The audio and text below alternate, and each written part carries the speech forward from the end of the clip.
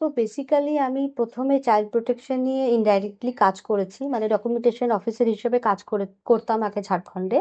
তো সেখানে mainly child labour, child marriage, orphan চাইল্ডদের বিভিন্ন রকমের সমস্যা হতো, তো সেগুলোর উপরে আমার ডকুমেন্টেশনের কাজ ছিল।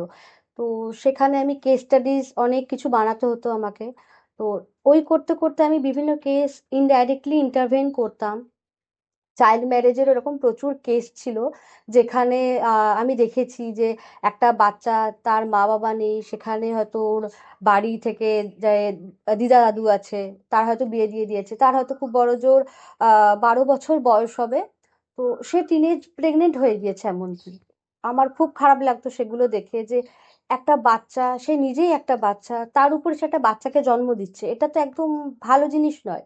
কিন্তু আমার ইনডাইরেক্ট ইন্টারভেন ছিল, তো আমি কিছু করতে পারতাম না। তো সামহাও কোনো পার্সোনাল রিজনে আমাকে ওখান থেকে চলে আসতে হয়। তারপরে আমি বিভিন্ন অর্গানাইজেশনে অ্যাপ্লাই করা শুরু করি, চাইল্ড প্রোটেকশন নিয়ে যারা কাজ করে।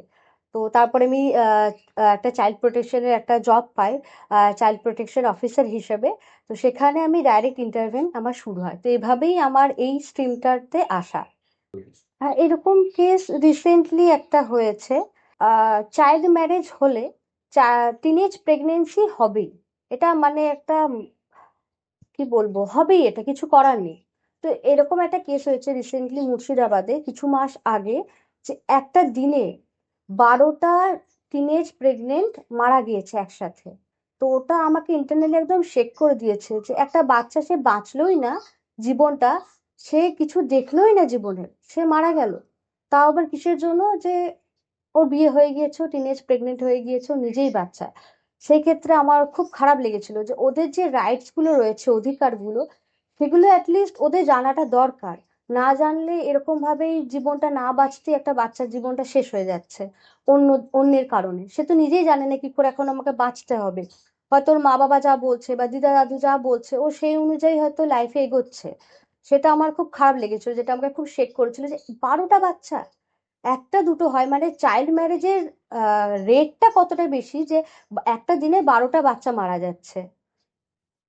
যেটা কমন প্রবলেম, যে ডেথ থ্রেট তো আসবেই, দেবেই ওটা। তার সাথে যখন আমরা ফিল্ডে ইন্টারভেন করতে যাচ্ছি, সেখানে লাঠি কাটারি এসব নিয়ে আমাদেরকে মারতে চলে আসছে, ঘেরাও করছে আমাদেরকে, যে মেরে ফেলবো, তোমরা আমার মেয়ের বিয়ে আটকেছো। অনেক কিছু ফেস করতে হয়, যেটা বিশেষ করে আমাদের ফিল্ড লেভেলে যারা কাজ করছে প্রতিনিয়তই ফেস করে।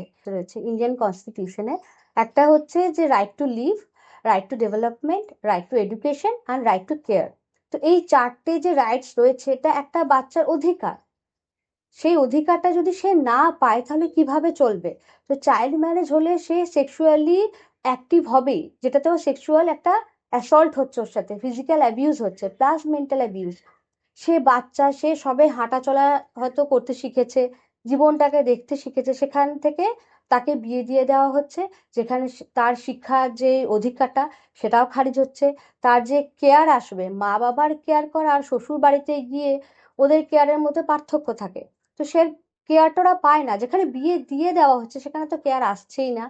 তার সাথে ওরা যে বাঁচবে, টিনেজ প্রেগনেন্ট হয়ে যাচ্ছে, ওরা বাঁচবে কিভাবে?